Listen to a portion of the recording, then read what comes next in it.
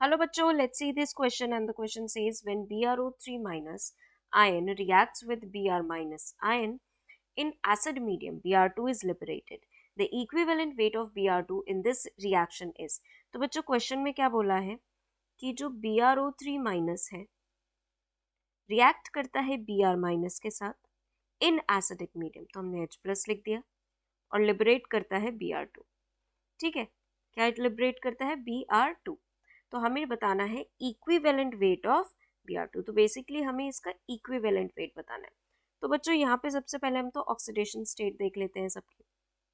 यहाँ पे ब्रोमीन के ऑक्सीडेशन स्टेट +5 है, यहाँ पर क्या है बच्चों -1 दिख रहा है साफ साफ, यहाँ है 0.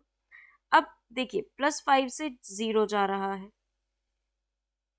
+5 से 0 जा रहा है, ये -1 से 0 जा रहा है. +5 से 0 मतलब इसका हो रहा है रिडक्शन, -1 से 0 ऑक्सीडेशन. तो बच्चों आप ध्यान से देखेंगे, एक ही जो प्रोडक्ट साइड, एक ही जो एलिमेंट है, इसका ऑक्सीडेशन और रिडक्शन दोनों हो रहा है. तो ये हो गई हमारी कॉन डिस्प्रपोर्शनेशन रिएक्शन. अगर ये रिएक्शन जस्ट रिवर्स होती, मतलब Br2 रिएक्टेंट साइड होता और Br minus BrO3 minus product side होते, तो ये होती है हमारी डिस्प्रपोर्शनेशन रिएक्शन. बट अभी है ये कॉन डिस्प्रपोर्शनेशन रिएक्शन. तो अब इसे बैलेंस करेंगे. सबसे पहला काम क्या होता है बैलेंस करने के लिए, एन फैक्टर कैलकुलेट करना. फर्स्ट स्टेप क्या होता है, टू कैलकुलेट एन फैक्टर.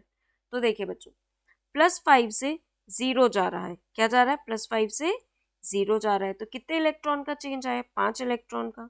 और रिएक्टेंट साइड कितने हैं, रिएक्टेंट साइड कितने एटम्स हैं, 5 है, तो यहाँ पे एन फैक्टर आ गया 5. ठीक, आगे बढ़ते हैं.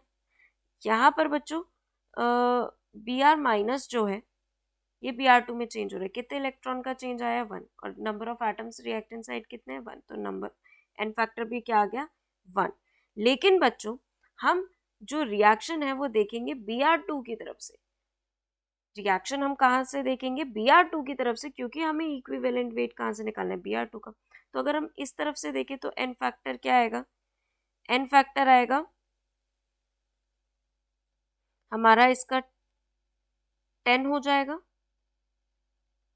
और यहाँ पर आएगा एन फैक्टर 2. ठीक है, तो अब पहले तो हमने एन फैक्टर कैलकुलेट कर लिया. अब हमारा काम है एन फैक्टर को क्रॉस मल्टीप्लाई कराना. क्या कराना, क्रॉस मल्टीप्लाई. ठीक है, तो क्रॉस मल्टीप्लाई कराएंगे तो यहाँ पे आ जाएगा 2 BrO3 माइनस, ठीक है, plus 10 Br minus plus H plus gives Br2 plus H2. अभी वाटर लिख लेते क्योंकि आगे वाटर से बैलेंसिंग की जरूरत होगी.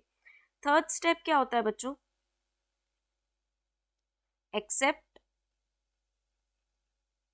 Oxygen and hydrogen atoms, balance all other atoms. Oxygen और हाइड्रोजन को छोड़ के और सारे एटम्स को हमें बैलेंस करना है. तो यहाँ पर बच्चों हमारा अगर बात करें Br की, तो रिएक्टेंट साइड कितने हैं, 12 है, प्रोडक्ट साइड कितना है, यहाँ पे Br2 है बच्चों, तो 2 है, तो यहाँ 6 से मल्टीप्लाई कर देंगे. अब बैलेंस करते हैं ऑक्सीजन. ऑक्सीजन रिएक्टेंट साइड कितने हैं, 6, प्रोडक्ट साइड 1 है, तो इसको 6 बना देंगे. अब हाइड्रोजन देखते हैं, यहाँ पर है 12, यहाँ पर भी 12 से मल्टीप्लाई करते हैं. ये हमारी हो गई बैलेंस्ड इक्वेशन.